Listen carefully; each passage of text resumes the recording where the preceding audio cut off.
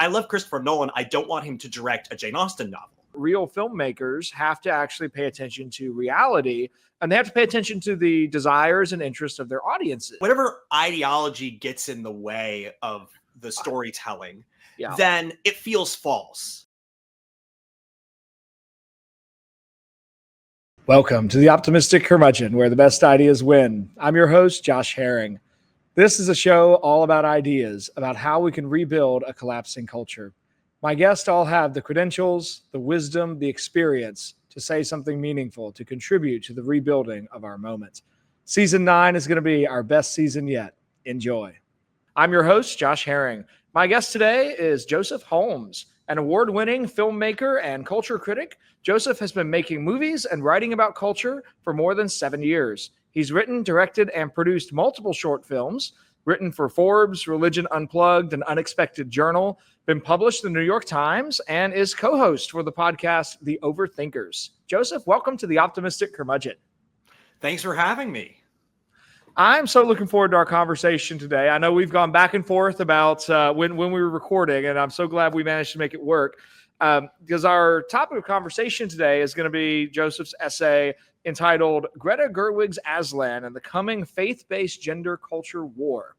This combines two long-term interests of mine, and I'm very excited to get to chat with anybody about these, but especially somebody who wrote a really great article about them.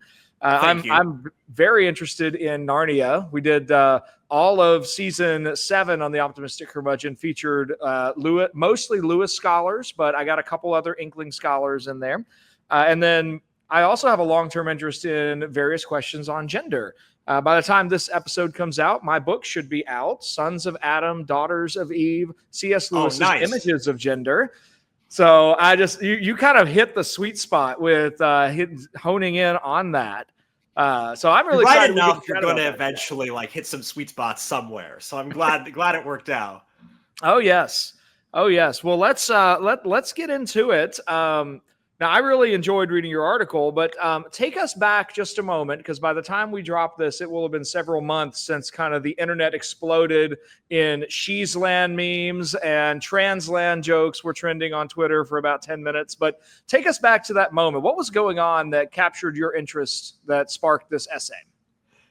Yes. Well, obviously, what's interesting is that back when the Barbie movie came out and Greta Gerwig was, the flavor of the moment. I mean, because she directed and written what is one of, if not the most successful Warner Brothers movie of all time. So, she's a toast to the town. That's the phrase I was looking for. And it was already announced that she was going to be directing the new Narnia films. And so because I wanted to write something about Barbie and that was not already being written much better than other people, I realized that as somebody who, one of the few Christians I knew who had actually watched all of Greta Gerwig's films that she co-written and written and directed, I could look at her filmography and say, she really isn't the right person to do the Narnia films. And one of the things I mentioned there is that, let me just put it more simply. She doesn't ever have positive male authority figures who, at least positive male authority figures who will lay down the law in some way and say, hey, look, you can't do this. She'll have the dad in Little Women, but he doesn't ever exercise any authority. He's just there and smiling at everything.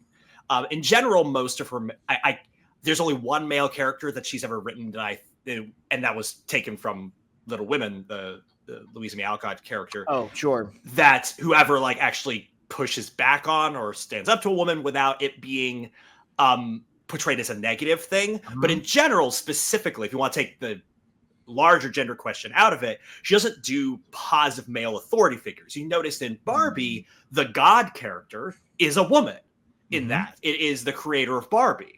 And that's fine. I mean, I think that works for Barbie, obviously. But the pattern emerged, and I was saying, I don't think that she'd be good to do Aslan because she clearly has a problem with male authority figures. And that wasn't exactly a criticism in general when I meant that. It's the kind of thing I would always tell people, look, I love Christopher Nolan. I don't want him to direct a Jane Austen novel because it would suck, because that's not what he does. Sure. And so I was saying, look, Greta Gerwig is not the right person to direct this because that's one of her problems. Look, Fast forward a year later, and it Oh. becomes a rumor happens and starts floating around. And I'm not sure I believe it at first because it seems fake. It really does. That Meryl I Streep. definitely remember hearing people speculate, oh, the studio is leaking this just to go ahead and get the reaction out of the way. Right. Well, but that was the thing, is that the rumor was that Meryl Streep was in talks to be the voice of Aslan in Greta Gerwig's Narnia films. And I didn't believe it at first, but then places like Deadline and Variety started reporting on it, that it was a legit rumor. At the very least, it was coming from reliable sources, even if it was just a rumor. And I said, okay, I didn't expect to be this right. Like, the fact that, yes, she can't actually do a representative of ultimate authority be masculine or male. She has to be a woman.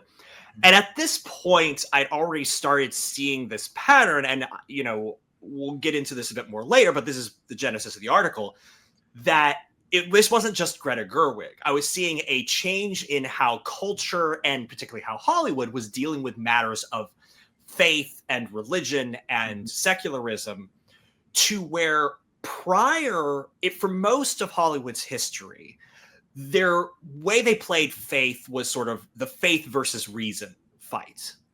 So it's going to be, faith and spirituality versus logic and reason, and religious people versus atheists.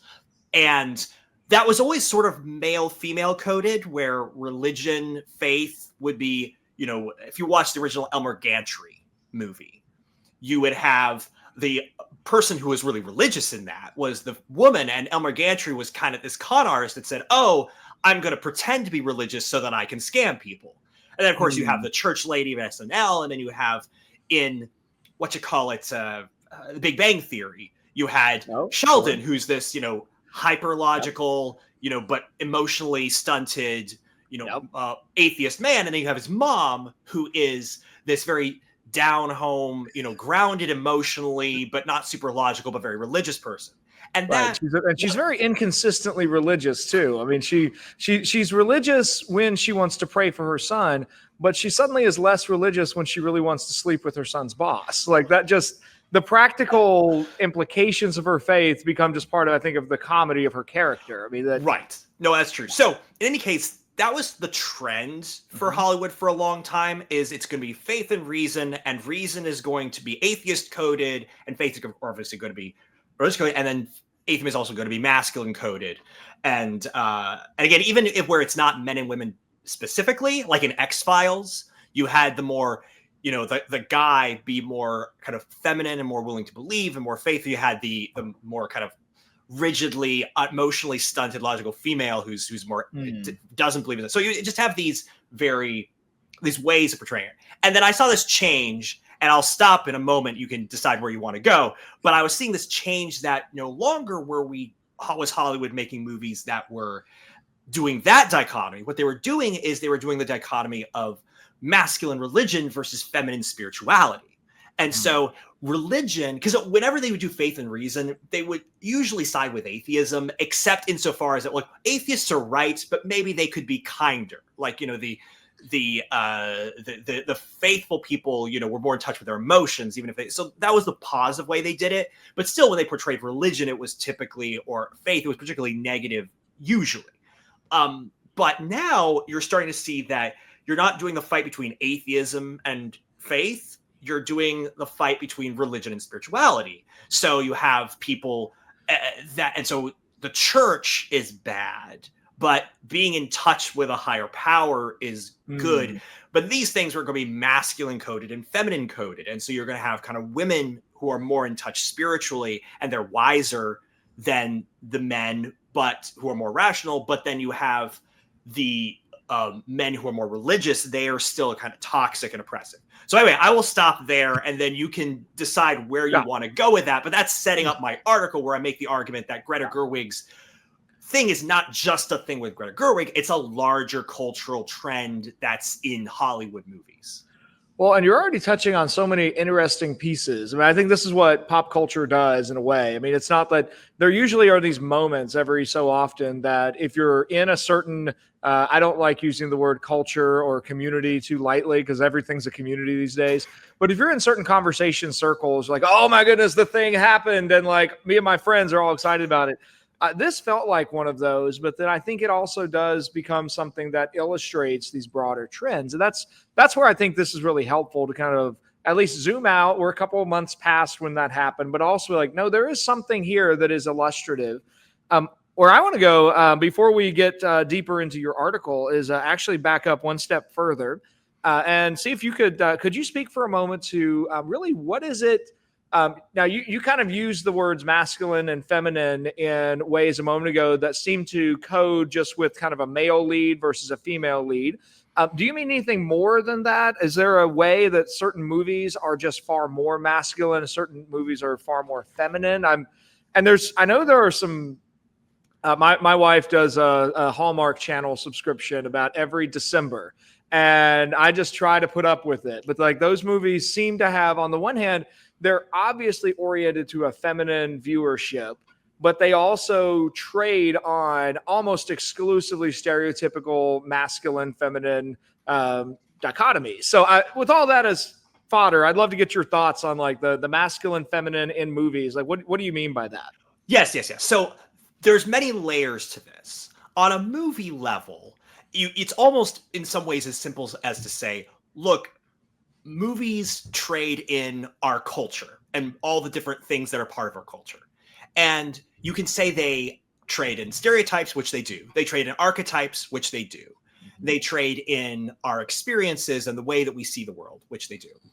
And so on the surface level, you can say, like, look, there is commonly most men that you meet are you're going to behave in a particular way. Again, if you kind of like ask, if you there's an experiment they do where they say, hey, like this person is more aggressive than this person, and guess whether they're male or female. And person will say, well, they're probably male, and they'd be right, like 80% of the time. So men and women have these general behavior patterns that don't apply to all men or all women all the time, but they do cluster around men and women, and some of that is cultural, and some of that appears to be biological, and so. Yeah, some of it is biological and some of it is cultural.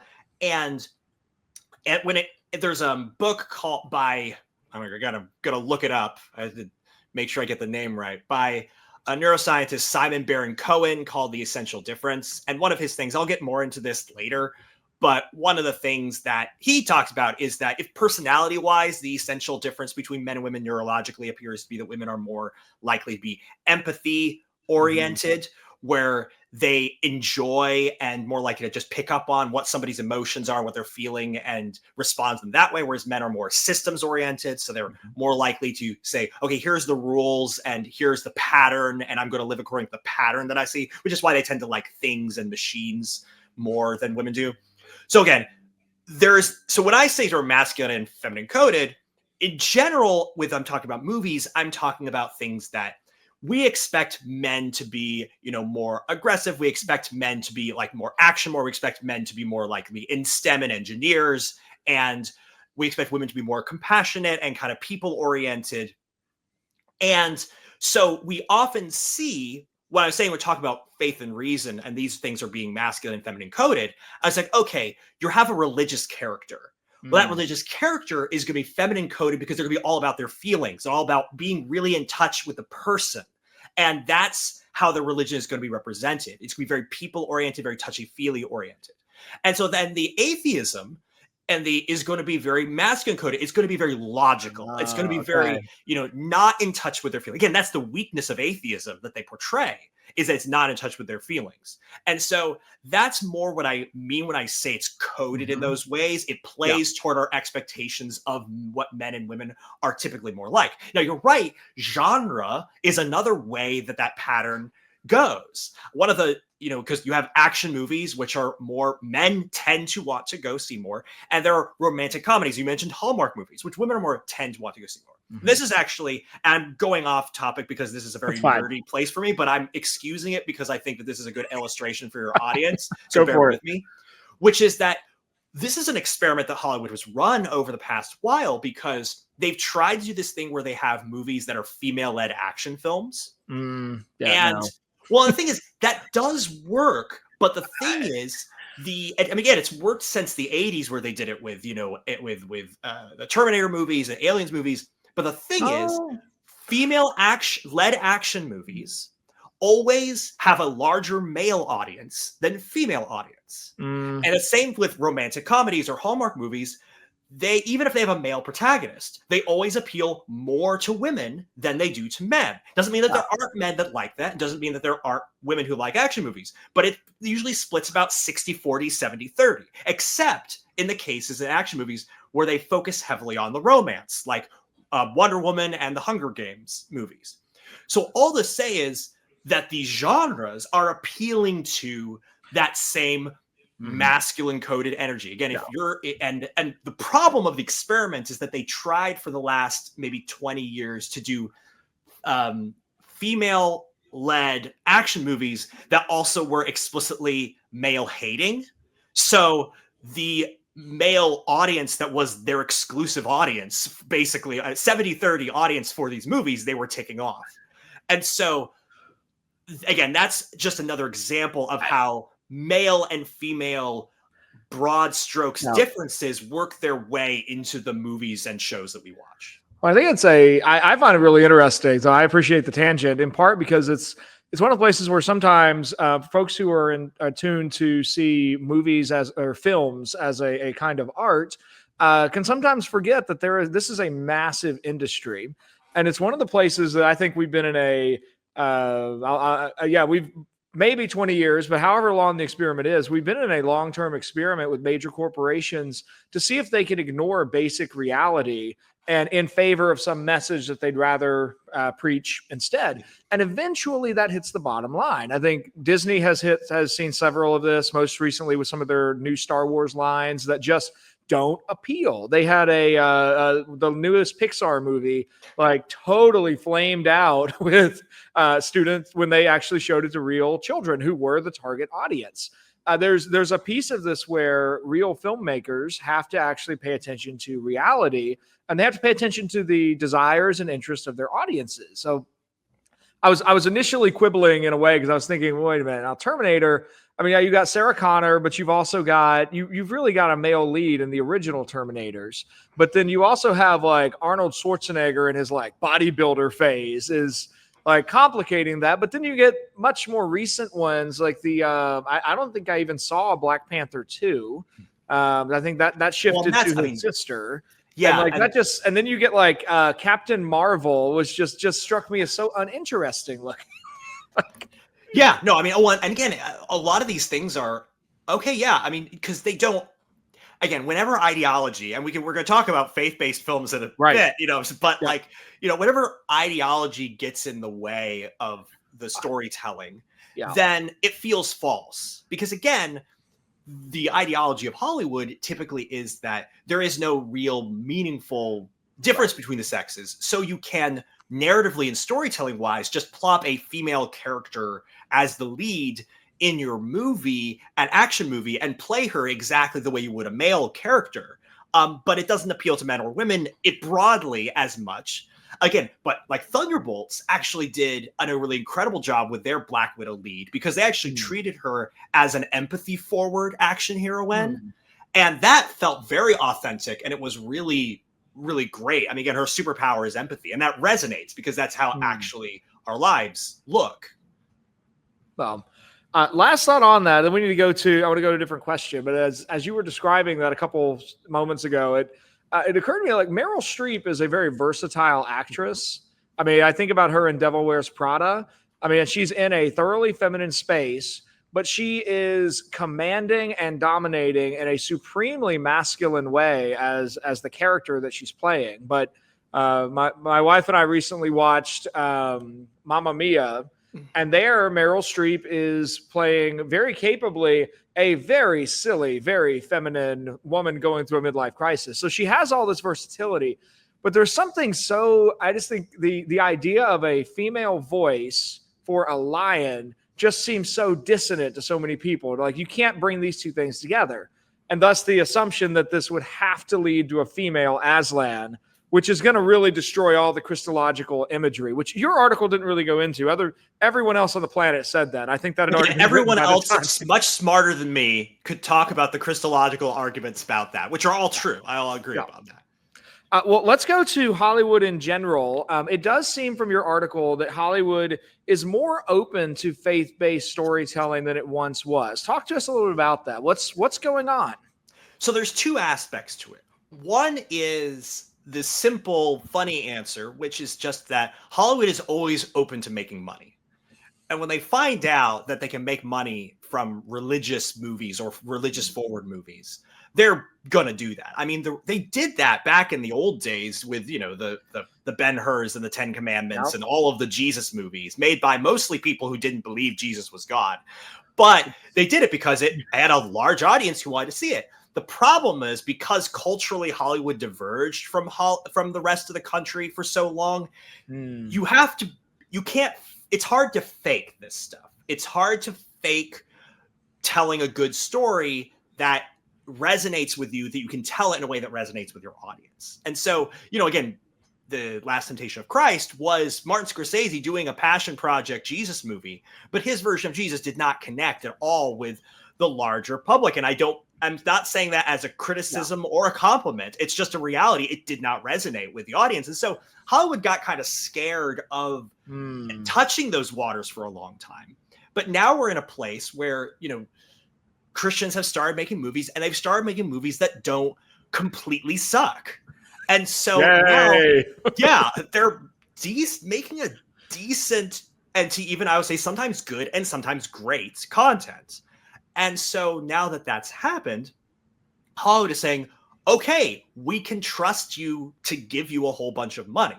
So that's why you're getting so much investment in, I mean, you get Amazon that's going full on in on The Chosen and The House of David and all those things, and the Lionsgate going full on in on the Kingdom Story Company and all of those issues, and the Wonder Project that the Irwin brothers are doing, all the things. Hollywood is investing money in there because Christians have proven that they are capable of being trusted with other people's money. And so that's the first aspect of it.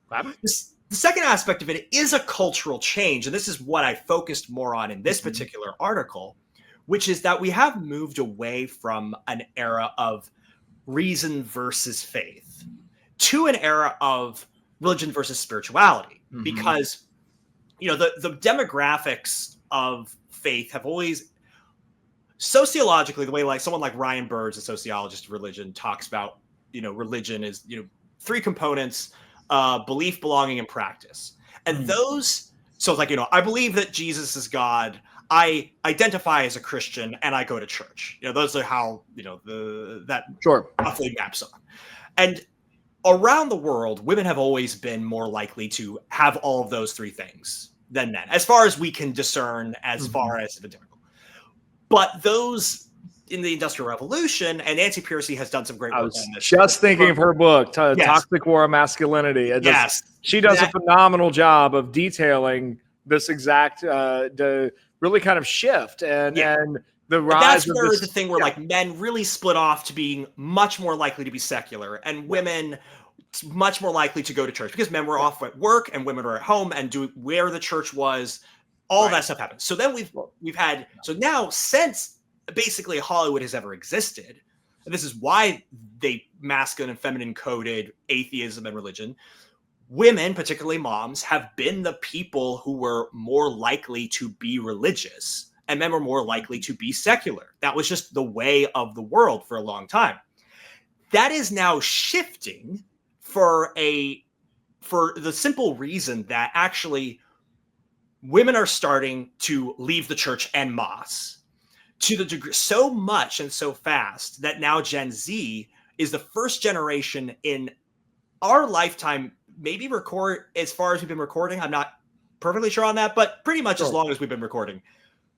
For the first generation, women are less likely to go to church than men with generation Gen Z in America. Yeah. And the thing is, now you have to be very careful how you say this. That doesn't mean men are going back to church. It means women are leaving faster than men are. With the caveat that at least the most recent data out of the Pew Research Center is at least saying there's an unexpected there's like been a pause in the growth of the nuns. The Yes. So it's flat. So nuns' growth is flatlined. Right. So that's the thing. It's that you're right. The more theologically rigorous traditions, Catholicism, Anglican, Orthodoxy, they're seeing a lot of young men. Of God is growing. Yeah. Also, they're seeing a lot of young men come in saying, "Give me something hard to do. Give me something great and noble to accomplish." So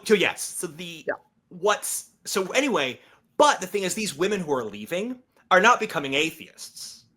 They are leaving church, but they still want to be spiritual. They still want to feel connected to the transcendent that they believe is personal. Again, as this starts to go into the male-female differences here, the systems versus persons, when men leave church, they tend to become atheists because they say, okay, I'm going to see the world as a system. I'm going to see it as matter, as on a machine. I'm going to see it as a machine because men like machines. I'm going to see it as a machine. When women leave religion, they still want to see reality as a person. And so they end up believing in ghosts. They end up believing in spirits and the afterlife. They end up believing it becomes New Age spirituality, which is really become Wiccans. Because that's just what women are like when they're not going to church. And I don't mean that as a negative thing. Again, it's like the men, when they leave church, they become atheists and women become spiritual. And what we're seeing, because Hollywood, first of all, tends to be more, left-leaning, and tends to be more creative. It tends to be, the women who are going out, who are predominantly liberal, because again, sorry, there's so many like these weird data points I have to make sure I'm being very careful about. A big part of this also is that people are not getting married as young, and single women tend to vote left, wildly left. And then when they become married, they swing to the right. That's not a swing to the right, but men don't really change that much, regardless if they're single or married. So you have a whole bunch of single women who are not religious, who are affecting a lot more of Hollywood. Again, you have Greta Gerwig, and then also men who are responding, because they also kind of liberal men tend to respond to the moral intuitions of single women more. Again, I did a whole article for Aaron Wren about how Hollywood has since the 70s given women sort of a moral high ground, particularly single women, a moral high ground in terms of like, they're maybe not as logical or as competent, but they are more morally compassionate, stuff like that. So you have this trend that Hollywood is looking at the world and saying, the problem with the world isn't that people like believe in God, or that the problem with the world is these organized religious people who are getting involved in politics and oppressing people. And they're starting to see, okay, this is actually an article in the UK on Wiccan, people becoming witches. They're saying, I want the spirituality without the organized oppression.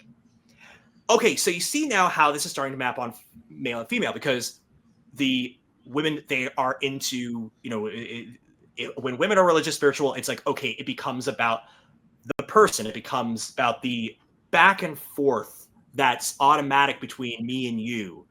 When men become religious, they create dogma, they create doctrine, they create ritual. Why? Because these are all systems. And so religion is now becoming more religious. So, faith is now becoming more associated with, the rites and the rituals and the dogmas and the doctrines and apologetics and logic and reason. And now women, it's sort of atheism, secularism, non-religion is becoming associated with spirituality. It's becoming attuned to nature and tuned to other people and attuned. So anyway, the examples I gave in the article from like this year are things like Death of a Unicorn, where you have all these scientists, and then in the history they show that Christianity and religion that would try to distort and corrupt the natural good unicorn gods. And you have the one person who's able to be wise enough to see this is the young woman, the single woman, who then is able to spiritually connect with them. And so to know and have that wisdom. Sinners is an incredible example of this year. It's almost the most clear because you have two examples of faith who are put against each other. You have the pastor who's the dad of the character, and he's this very, loudmouth, oppressive, law-giving person, and his Christianity, the crosses and prayers are helpless against the vampires. But then you have this, this wise female witch doctor, who is everything she says about the vampires turns out to be true. Everything she said wise, and she's even the morally wise person. So again, they put her against the atheists and religious people, and she's the wise person. And her fights against the vampires and everything is effective. So you have that. You have Presence this year, which again, shows the intuitive, spiritual people are the people who are wise and know things. And they say religious people can sometimes get close, but, maybe not all the way. You have, stuff with Wes Anderson's new film this year. You just have this pattern of movies that are starting to portray this. Again, like Death of a Unicorn and Sinners weren't pitting atheism against faith. They were pitting masculine reason and religion against female spirituality. And female spirituality is the good and heroic thing. So I look at that pattern and I say, this is what Greta Gerwig is doing. She's saying faith is good when the person at the top is female coded. Again, I don't know if the Aslan is not going to have a main, or if it is, or if it's going to be gender neutral. I don't know. I'm just looking forward to that year that comes out, and all of the trigger words that are going to turn the woke Hollywood industrial complex, give them more money than they could ever dream of for a whole year. But because you're making a female voice actress, it will be feminine coded. Even if, like you said, Meryl Streep, she's an amazing actress, she might do a male coded female voice in the way that she, did Devil Wears Prada. She was sort of a male coded woman, a masculine woman, as they say. But there's still going to be that female coding that makes someone like Greta Gerwig comfortable with that person being in the seat of authority. And again, one of the reasons that these trends are interesting to do is because nobody's doing this on purpose. I mean, maybe some people are, but most people are just saying, I'm just expressing the way the world seems to me. But the way the world seems to us is driven not entirely, but in a large part by demographic factors, like I've been describing. And so by look at the way this is showing up in our movies, you can see how these demographic factors are affecting us. Now, again, I'm actually going to go out on a limb here just for a moment. I could be totally wrong about this, but Rian Johnson has a movie coming out this year, Wake Up Dead Man, which is part of his, Knives Out series of movies. In all his movies, the morally upstanding person, the morally pure good protagonist is a woman. And of course, the heroic, Benoit Blanc is a gay man. And then in this upcoming movie, is going to be very heavily focused on religion. So I'm really excited to find out if they are going to follow this pattern where they're going to have negative examples of religion that are going to be masculine, male coded, but then the female character who's positive is going to be spiritual, and then they're going to be, and that's, I don't know about that. Not everything fits the pattern, even if the pattern is correct, but it would be really hilarious. And I would definitely take a victory lap if that turned out to be true. As you were running through all of that, I thought of several pieces I wanted to kind of tag into. So hopefully this makes for a coherent response. We'll find out. But I'm very intrigued by your description of kind of masculine and feminine and the way that then works its way out. And it seems to be wrestling with a whole bunch of cultural factors that I don't know a ton of people who are involved in the filmmaking industry. The ones that I do know are some of the folks who spent the least time in like a philosophy class or an upper level literature class. These are not folks who are steeping themselves in kind of the history of academic theory, but this is all the aftermath of sort of the transition from a mid 20th century modernism that is sort of obsessed with facts and proof. In an apologetic sense, I'm thinking of Josh McDowell and his book More Than a Carpenter as like the gold standard for how you talk to somebody about Jesus. Oh, clearly this person doubts the faith because they don't have enough evidence. Well, let me write you a book of evidence. But that's not what we're talking about. We're talking about almost a post logic kind of storytelling that is combined with almost an unquestioned triumph of feminism. I mean, this is and not even a feminism that we could necessarily map onto a first, second, third, or fourth wave, but just whatever the good is, it's obviously a woman. And whatever the woman is doing is obviously good, unless we've kind of gone out of our way to explain, no, this is a bad woman. Even saying this is a bad woman is going to get you in hot trouble for a lot of folks. One place that I kind of seems to me as another good example of all of this is the most recent season of Shiny Happy People on Amazon. I don't know if you didn't watch that, but tell me about that.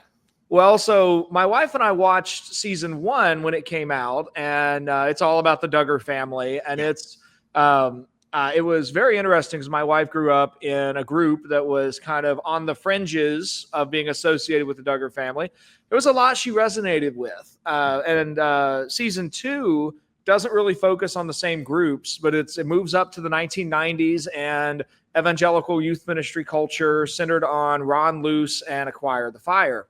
And what I just found very interesting is that the first, call it 2/3 of these, so it's 3 episodes. So the first 2 episodes are very straightforward and an evidentiary based, like clearly these harmful things happen to the students who were involved. Then there's evidence, there's testimony. The last episode just sort of makes a beeline to then draw the conclusion, therefore Christian nationalism and Trump.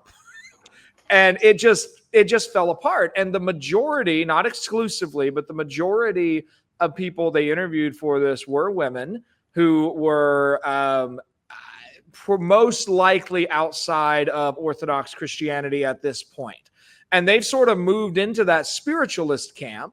And they're not the opposition. So I think it's where it tags into what you're describing. The opposition is not like virulent, anti-religious, militant atheism, which is what my high school youth ministry kind of prepped me to expect. Instead, it's sort of the opposition by the end of the series is a biblically orthodox group of people who have built a massive ministry on the backs of intern slave labor and have probably been somewhat abusive to a lot of people in ways that are now provable. And that group is opposed to a bunch of unorthodox, not really Christian anymore, folks who are super empathetic, but also cannot logically prove the connections to the baddies that they really want to lump in. And so somewhere in there, too, is an influence of the popularity of The Shack a while back, because in the Shack made waves when it came out because it was the first kind of mainstream quasi-Christian book that was portrayed God as, I believe, a trilogy of or a trinity of women. No, so there's one. The God the Father, was a woman. They explain that. At least I have never read the book. I only watched the movie. They explain. I read the book. They explain that away as saying, like, "Hey, you can't really see a dad right now, so I'm kind of like I'm helping you with that." But but it ties into that whole thing. Yes. And somewhere also in this cluster of ideas, I'm blanking on his name, but he's the editor-in-chief for The Federalist. Wrote a book last year about something about the rise of paganism and a dark enchantment. And sort of as Christianity has receded, it's not that people have moved to this posture of atheism or no faith. Instead, you see you just see the rise of these alternative things that look a lot more like what an earlier era would have just called foolish superstition. Well, so here's an interesting thing. Ryan Burge, who's probably the most prominent sociologist of religion today, he noted the fact there are more people today who believe in the afterlife than did in the 1970s in America. I mean, that's insane, given the fact that there are fewer people who believe things because of orthodoxy. That means there are more people believing spiritual things because they kind of want it to be true, because it kind of feels better, rather than believing it's like, well, it doesn't seem like if you look around the world that it's true, but the Bible says it and I believe the Bible, so I'm going to believe it. It's like, no, people are believing it because for spiritual reasons, not for religious reasons. I like how you pointed out, it is interesting because one of the things I think is, people old dog on the whole apologetics movement as being, too rational and stuff like that. But what I think is interesting is the fact that we were looking at this from the perspective of that the people who were going to be the atheists challenging us were going to be men or masculine coded people. And we were trying to reason according to them. Someone like Josh McDowell is one of the reasons I'm still a Christian, because of that. But this is also the thing, which is that there's an Atlantic article that came out a while back about the rise in Catholicism that was noting the fact that the apologetics movement was primarily appealing to men, and it was causing men to be more interested in religion. So the thing is, the apologetics movement worked, but it worked with men, which is why we're seeing this move. Again, you can, and I have, criticized Jordan Peterson for his lack of biblical scholarly exegesis. Oh, we should not get into that tangent. We won't get out of the rabbit hole if we go down to like Jordan Peterson, please stop saying that the Bible means everything but what it actually says. Yes. Again, I read his book and it's like, oh, look at everything all of the sources he has when he talks about psychiatry and zero sources when he talks about the Bible. Yeah. Anyway, but beyond that, there's no mistaking the fact that he drummed up a lot of interest in men 100%. About the Bible because he talked about the Bible in a male-coded way. That's like, here's the stuff about the Bible that's interesting that men are interested in. And so that's all to say is, like it or not, this movement to bring people back to the Bible that was built to appeal to men has worked in appealing to men. What we've lost is women, and lost women because women have stopped getting married, which means they're more liberal, and the church has not become more liberal. And the reason the church has not become more liberal is all the churches that became liberal have been bleeding membership like an open wound since the 1970s. Because, and you can argue there's different people who don't know why. I ask women all the time. It's like everything you're describing that you want in a church. I live in New York City. You can walk. I could close my eyes and walk 5 blocks and find a church that's the way you're looking for. Why don't you go there? And the best answer is actually one in the book, The Toxic War on Masculinity by Nancy Pearcey, which is people say like, yes, the mainline churches, aren't sexist or racist. They also don't have the gospel. One of my Pentecostal churches, one of my Pentecostal friends said the thing is like, yes, the problem with the mainline churches is God isn't there. Yeah. So, and they which gets into the other issue that like people want all kinds of things, but they really don't. I say I think we both probably followed into maybe a sloppy way of speaking in universal statements about things that have lots of exceptions. But I find that people tend to want a lot of conflicting things. Right. And they don't realize that, this to go tie this back to Aslan and Lewis. When every time God enters the story in the Bible specifically, right. He's making distinctions and he is causing people to do things that they don't inherently want to do. And he's drawing people together that would not come together naturally. Right. And so like the places where God is are not necessarily going to be the most comfortable necessarily. Right.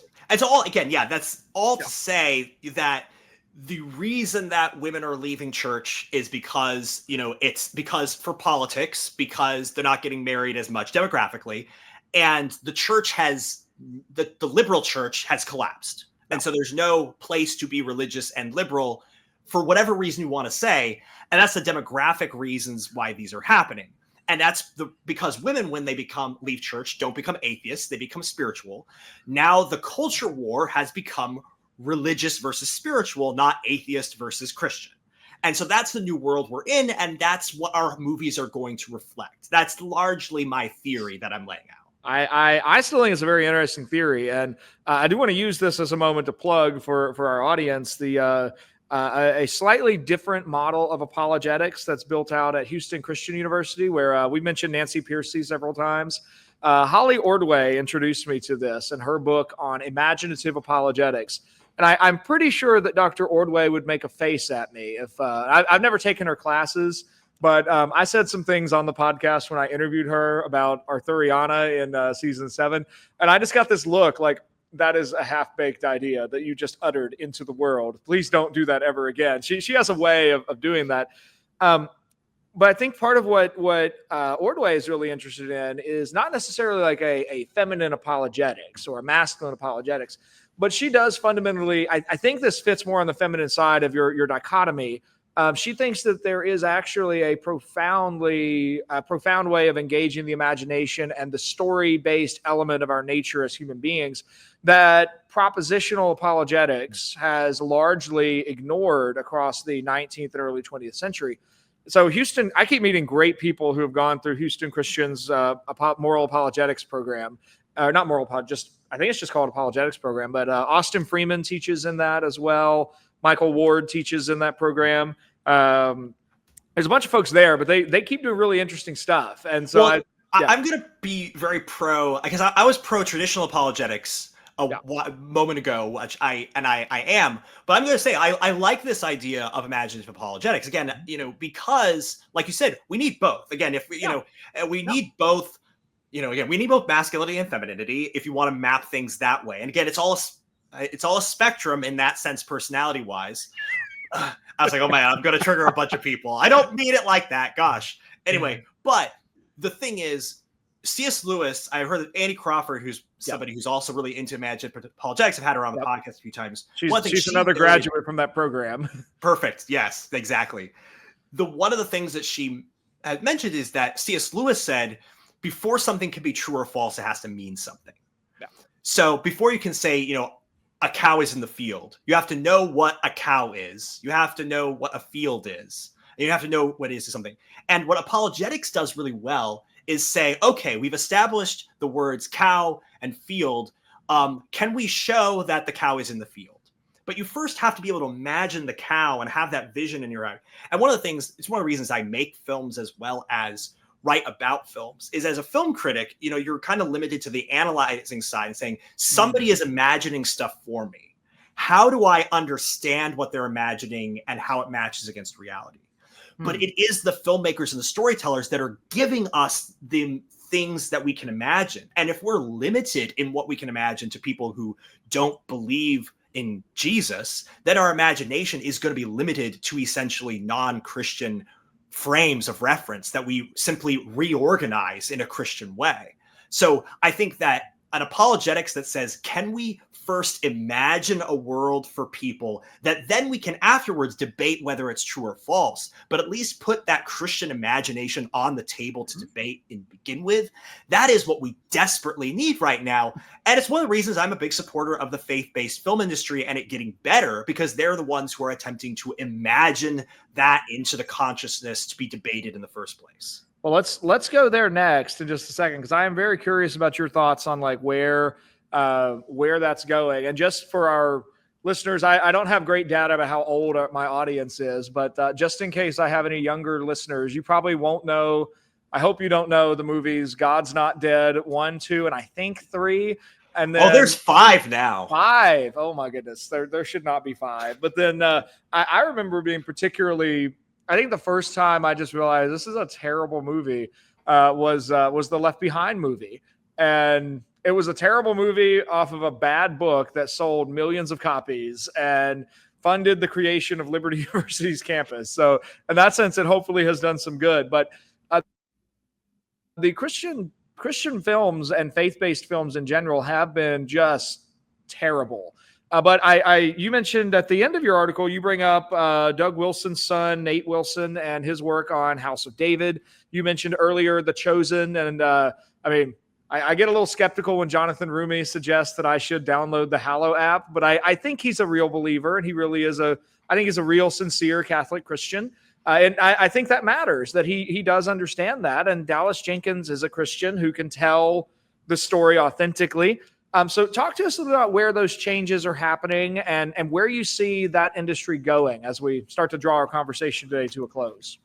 Yeah. So one of the things, again, I've been a Christian my whole life, and I've loved movies my whole life. And so I have, unfortunately, almost never seen the two together in a way that makes me happy. So you just have like terrible movies that are explicitly about faith, or you have movies that are really, really good, but I either downplay or really not about Christianity, whatever. You and again, there are exceptions to that, and one can talk about that, but for the most part, that's true. I talked to Andy Irwin, who's the half of the Irwin brothers who famously did I Can Only Imagine. I Still Believe that, those movies. October Baby, when I first got introduced to them, still my favorite movie of theirs, which, maybe maybe they don't want to hear because it was their first, but whatever. That it's not about their skill. It's just that, they found the market, asked them to go in one direction when my appeal was another. Regardless, Andy Irwin, he basically said that, look, we tried to make movies without being trained by filmmakers, which meant that we didn't know what we didn't know. And it's taken us about 20 years to figure all that out and to now start to make good movies, which I think is both a very honest and a very kind of accurate picture of things. Because like I said, Christians have started to have the kind of success and the kind of quality that, look, I mean, Paul Schrader watched, he wrote The Last Temptation of Christ, and he wrote, and Raging Bull and Taxi Driver, and he directed, First Reformed, all those things. And he said that The Chosen was incredible. Like, you have these real filmmakers in Hollywood, regardless of what you think of their beliefs or politics, who really don't like faith-based projects and don't like Christians and don't like Christian community. They're like, man, this is really good. But also, like, Christians really love it too. And you're starting to see things like The Chosen, things like House of David, things like, again, Kingdom Story Company. I'm always criticizing and saying, hey, you really could have been better about this. Like, I'm still doing that with them, but their average is so much better than it used to be. I'm at the point now where I'm saying, this was good, man, it had some flaws. It could have been, instead of, man, this all sucks. And you're getting to that point where the average, I was noting this because you had 3 Jesus, projects in theaters coming out this year. You had the Chris Tomlin one, The Last Supper. You had The King of Kings by Angel Studios, and you had The Chosen. And The Chosen was actually great. The King of Kings was like, but it was in like a regular, not great kids movie way. And then you had The Last Supper one, which I thought was a pretty bad movie. But it was like, this pretty bad movie used to be what they were all like. Yeah. And now the average is like halfway decent to actually starting to do things that this is actually really great. House of David, I made fun of it like the first episode and first couple episodes. I was like, oh my gosh, like some of the, but I was like, but as it went on, I was like, man, a lot of this is really good, and it's getting even more good. It's biblically, either biblically accurate or at least biblically plausible, but not just in details, but in the underlying themes of what the Bible is trying to go for. I mean, the overarching ideas of the House of David are, when does power corrupt, basically? And how do you prevent yourself from becoming that person? Because they're all constantly paralleling Saul and David, and how Saul is at the end of his reign and God has abandoned him. And, now David is the new chosen one. But you're also seeing the same flaws that are in Saul are in David. And so there's almost this Star Wars aspect of like, could he become just like Saul? And it's like, okay, so what's the thing? Like, what are the things that actually cause a powerful, good person to become corrupted? And consistently what they're talking about is they fear man more than they fear God. And what's fascinating is that they're doing this Shakespearean kind of questioning of these ideas that a Hollywood film would do, but they wouldn't do it from the biblical perspective of it's fearing man rather than fearing God is the thing that is the secret sauce that causes you to fall. And so I was like, I've been waiting for years for somebody who would have the Hollywood level of quality, yet the biblical imagination, for lack of a better word, to wrestle with those themes in a way that religious people have resonated with for hundreds of thousands of years. And that's the thing I always mention to secular people. It's like, look, I don't care whether you believe this stuff. the fact is that the vast majority of people that you know and the culture that you lived in, this has been their imagination of how to wrestle with this problem for thousands of years. It should be represented as part of the conversation in movies. So it's a good thing that religious people are starting to get good at imagining for us that way of talking about it. So all to say is that, now again, they're still way behind Hollywood in the amount of people that are doing it well. And even again, like, this is the best of what they're doing instead of the average. But again, it's a positive direction. And even if it's took 20 years to get there, if this starts to compound and more people start to do it and get involved in this, I just think it's good for everybody. And it almost honestly makes me less mad if there's something like, you know, if Sinners is out and doing that, or if even Greta Gerwig does her, you know, Narnia thing that gets, you know, rebooted again inevitably in, you know, 10, 20 years. If there are also Christians showing the other side of it as well, and it's part of the marketplace of ideas rather than being the exclusive story that our culture is telling.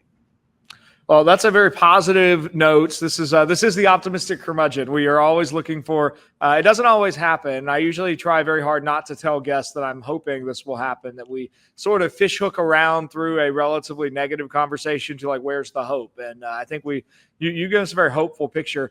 I just want to. I don't want to be a gloomy rain cloud on your hope, but I do want to add in the caveat that I'm at least skeptical about how successful Christians can be in the long run. Like, I don't think we should in any way aspire to either taking over Hollywood or like building a counter Hollywood. And I'm not saying that's what you're arguing. I just think I've been thinking a lot about Chip and Joanna Gaines and their Back to the Frontier show. And it got me thinking about the whole question of like, well, what actually is the price of cultural success and of you can be successful at a certain level, but eventually somebody comes along and says, oh, well, I can bring you to a whole new level of prominence and prestige. All you have to do is give up this one piece. And I think the more culturally successful Christians are, the more there are going to be other people saying, oh, you did House of David. That's great. How would you like to make the Book of Acts starring a whole bunch of gay converts and just see where that goes? And there's going to be new questions like that face Christian storytellers as they reach new levels of prominence, which raises all kinds of other questions about biblical fidelity and what is essential versus what's accidental. And those are all questions that also bring in a lot of individual conscience level and discipleship within the church. So it's not as, I don't mean to pretend it's as simple as like, oh, you broke my preferred social thing. I just think it's a question that I don't know that Christian media had to really face that question really in like, say, circa 1975. Nobody was saying, oh, we want a Christian Rambo. I mean, there's a reason that just war theory didn't develop in Christianity until they actually were part of the government. And it's not because government automatically corrupts you. It's because you didn't really have to ask that question when you didn't have any of the weapons and you're a persecuted minority. And the cultural custom of literally going to war every year. Yeah. And then it's like, okay, well, what happens when all of the people I can war against are also Christian? Like, what do I do? So my point is that there are different questions that get asked when you're a majority population and you have cultural power versus not. And I think you make an excellent. And my thing is, I don't want people to be afraid of that and so not do it. And my thing, but you bring an excellent point, which is always, my dream is not for Christians to, be successful filmmakers. My dream is for Christians to be making good art. Yes. And I think I want them to successfully make good art. And if Hollywood never recognized their good art and they still, made it, and I could see it and we could see that it was good and it was ministering to the flock.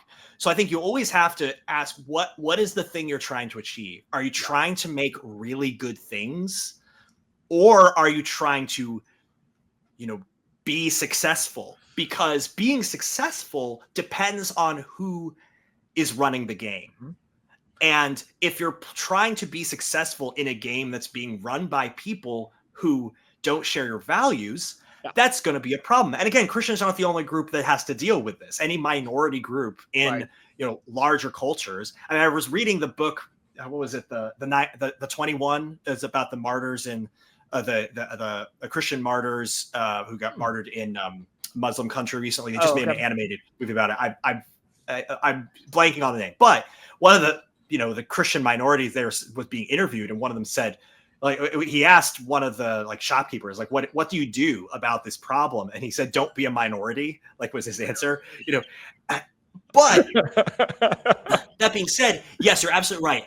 As Christians become more successful in the arts, they're going to be facing those temptations, which coincidentally is exactly what House of David is talking about. Like, when you have those temptations, are you going to embrace the fear of man, or are you going to embrace the fear of God? And that's, I think, a great thing that Christians are wrestling with that in art, and we're always going to have to wrestle with that. My other thing, again, my optimism, I like to refer to myself as best I can as a tragic optimist in the tradition of Viktor Frankl. Oh, there we go. Is that let 1,000 flowers bloom. Yeah. Yes. People are like, The Chosen is now with Amazon and House of David is now with Amazon. They're, going to be corrupted right now. That's why I don't want them to be the only people making stuff. I want, a bunch of Christians all over in the independent fields, not co-opted by Hollywood, to be making great things. So that's, I think, is, the hope is in God, but the hope also is just make good things. And you might not even be remembered when you're alive. A lot of the great artists were remembered when you're dead. Make tents and on the side, make good art. And because then your children will have a book that's like, oh, this is how to understand the time that my parents lived in and how to understand the time that I'm living in today. That's what we should be striving for. And again, if you can get a deal with Amazon in order to do that, that's great. But you always have to be willing to sacrifice that. And I say this as somebody who's never had a deal with Amazon. Yeah, no, I think that's right. Absolutely right. But also the other thing is that it's also why we need people like you and like people who are doing podcasts and critics who are not in power to be holding those people accountable and saying, hey, you're not representing Christianity or Jesus in the way that you should. Well, Joseph, this has been a wonderful conversation. I will definitely reach out to you and if the travesty of Greta Gerwig's Narnia does exist, I'd love to have you back on the show to chat about it. Also, if you wanted to, I would be all about getting your thoughts on Christopher Nolan's vision of the Odyssey after that one comes out, because I'm hopeful. I just am like, we need a well done, contemporary, very moneyed version of the Odyssey from someone who has a good imagination. And his Batman trilogy makes me think he has a good imagination. I would be happy to pick on for that. I'm actually going to be reading the Odyssey for the first time in preparation for that movie. I said this when Christopher Nolan made this. I said he is going to single-handedly get men to start reading books again. He really is. He really is. There's so many pieces that if we have more time, I'd love to go into more detail on, because I think you've got some really interesting thoughts about men and our contemporary moment, and we may have to come back to that too at a future conversation. But where can people find and follow your work online if they want to keep track of what you're doing? Yeah, you can go to my website, josephholmesstudios.com, where it has links to all of the places I've written and the pieces I've written. Therefore, I'm also online. I'm on all the socials. I'm most active on X with promoting my material. You can find me at Joseph Holmes or, my handle normalguy8. I also have my podcast, The Overthinkers, which is we're on 5 years now, where we just talk about culture, art, and faith. Me and my co-host Nathan Clarkson, who's a very, who's a successful filmmaker and author. And so we just every week we come out with an episode where we have a new topic of stuff we're interested in and talk about it. And it's been great. We just had, a bunch of really fun guests on. We had Andrew Clavin on, we had Ryan Burge on, we had Governor John Kasich on recently. So it's been a lot of really cool guests and a lot of good conversations. So check us out there as well.